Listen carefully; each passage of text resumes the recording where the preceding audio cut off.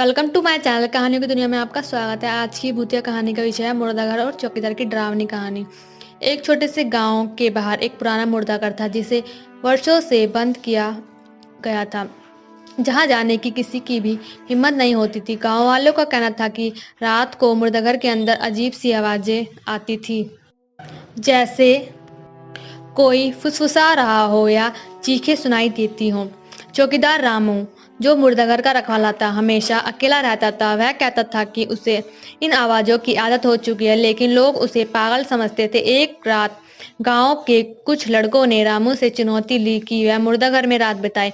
रामू ने मना किया, लेकिन अंत में उसे यह चुनौती स्वीकार करनी पड़ी। रात का समय था जब रामू मुर्दाघर के अंदर गया। चारों ओर सन्नाटा था, लेकिन तभी अचानक दीवारों से अजीब सी खनखनाहट सुनाई दी। रामू ने डरते हुए देखा, एक पुरानी लकड़ी की कुर्सी अपने आप हिल रही थी और उसके पास एक बुरी आत्मा खड़ी थी जो खून से सनी हुई थी।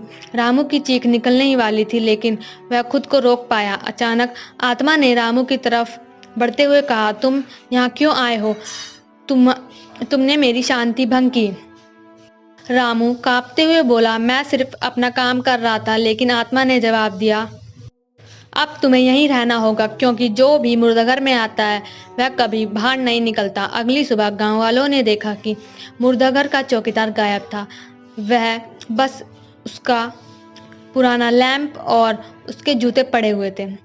आज भी गांव वाले कहते हैं कि मुर्दाघर के पास से गुजरते वक्त अगर कोई ध्यान से सुने तो रामू की चीखें सुनाई देती है। अगर आपको हमारे चैनल की कहानियाँ पसंद आती है तो प्लीज़ उन्हें लाइक एंड सब्सक्राइब करें। धन्यवाद।